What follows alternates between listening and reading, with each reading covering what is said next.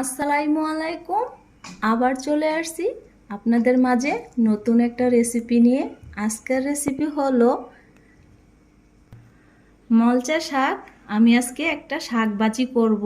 কিভাবে শাকটা ভাজি করতে হয় আপনাদেরকে আমি দেখাচ্ছি। এই শাকটা অনেকে হাইসা শাক বলে, আবার হেসকি শাক বলে, আবার অনেকে আবার পাতা শাক বলে। এক এক দেশের এক এক ভাষা এই শাকটা। না, আমাদের এদিকে শাকটা বলে মলচা শাক। এই শাকটা আজকে আমি তৈরি করে দেখাবো। চলুন তাহলে বন্ধুরা, কথা না বাড়িয়ে আমার শাকটা রান্না করা শুরু করি। এভাবে শাকটা আমি একটু কুচি কুচি করে কেটে নেব একটা বটির দ্বারা।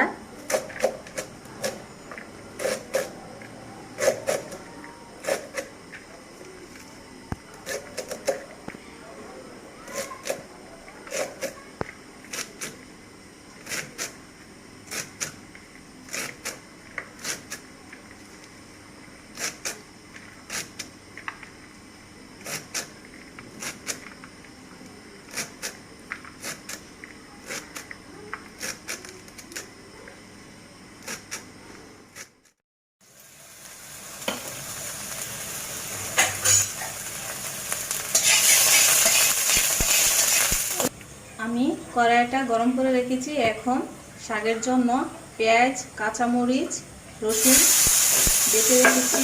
আদা বাটা করে আমি দিচ্ছি। এখন পরিমাণ মতো আমি শাকের জন্য তেল দিয়ে দিলাম।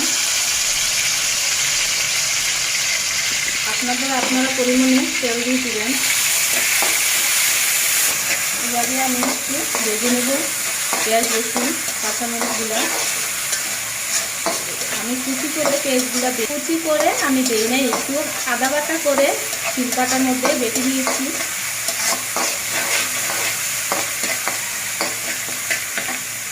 শাকের মধ্যে মসুর ডাল দিয়ে দিলাম।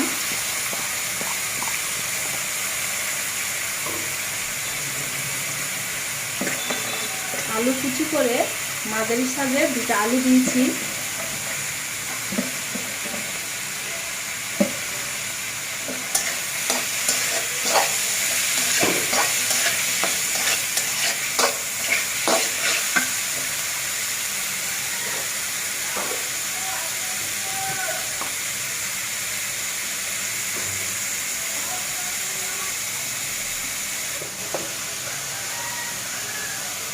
আধা চামচের মতো হলুদের গুঁড়া দিয়ে দিলাম, কারণ শাক আমি এটার মধ্যে অ্যাড করবো, তার জন্য বেশি হলুদ দিব না।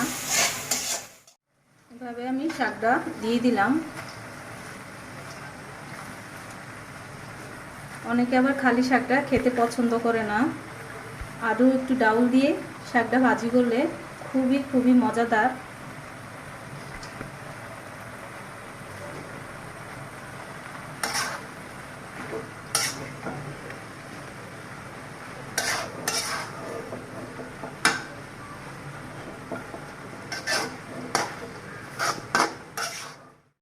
কম জালে আমি শাকটা এইভাবে ভাজি করে নেব।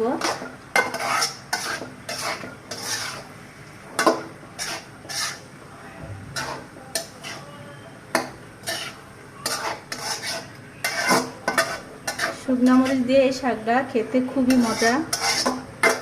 এভাবে আপনারা ভাজি করে দেখুন, আমার মতো খুবই মজা পাবেন। 5 মিনিটের মতো আমি এটা ঢাকনা দিয়ে দিলাম। 5 মিনিটের মতো আমার এটা সিদ্ধ করতে হবে শাকটা। শাক, আলু, ডাউল, তার জন্য 5 মিনিটের মতো ঢেকে দিয়েছি। কম জালের মধ্যে রেখেছি আমি। এর মাঝে আমি একটু আবার নেড়ে দেব। এভাবে নেড়ে দেব।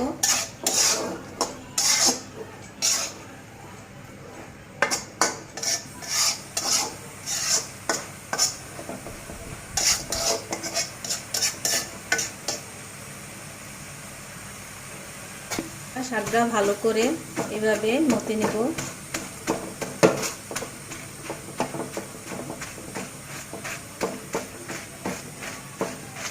এইভাবে করে নিলে শাকটা খেতে খুবই ভালো লাগবে।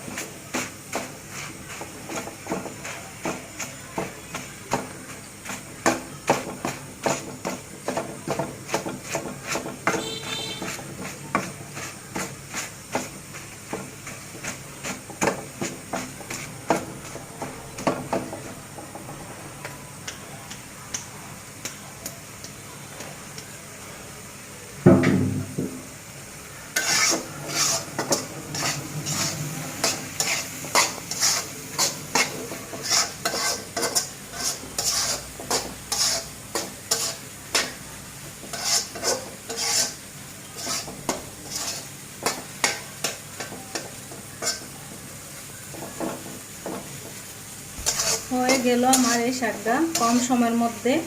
দেখুন, এভাবে আপনারা তৈরি করে নিতে পারবেন, বেশি সময় লাগে না এই শাকটা তৈরি করতে।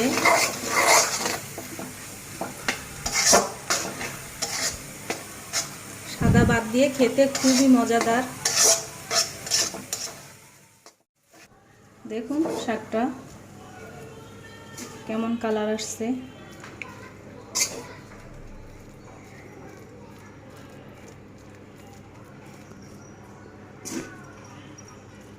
অনেকে আবার খালি শাক খাইতে চায় না, এইভাবে আপনারা বাসায় তৈরি করে দিবেন, দেখবেন একদম মজা মজা করে খেয়ে ফেলবে। তৈরি হয়ে গেল আমার মলচা শাক। দেখুন শাকটা কেমন হয়েছে, কমেন্ট বক্সে জানাবেন আমার শাক কেমন লাগছে আপনাদের। আমার ভিডিওটা থাকার জন্য আপনাদেরকে অনেক ধন্যবাদ। আমি আবার মজাদার রেসিপি আপনাদের মাঝে তুলে ধরব। ভালো থাকেন, আল্লাহ হাফেজ।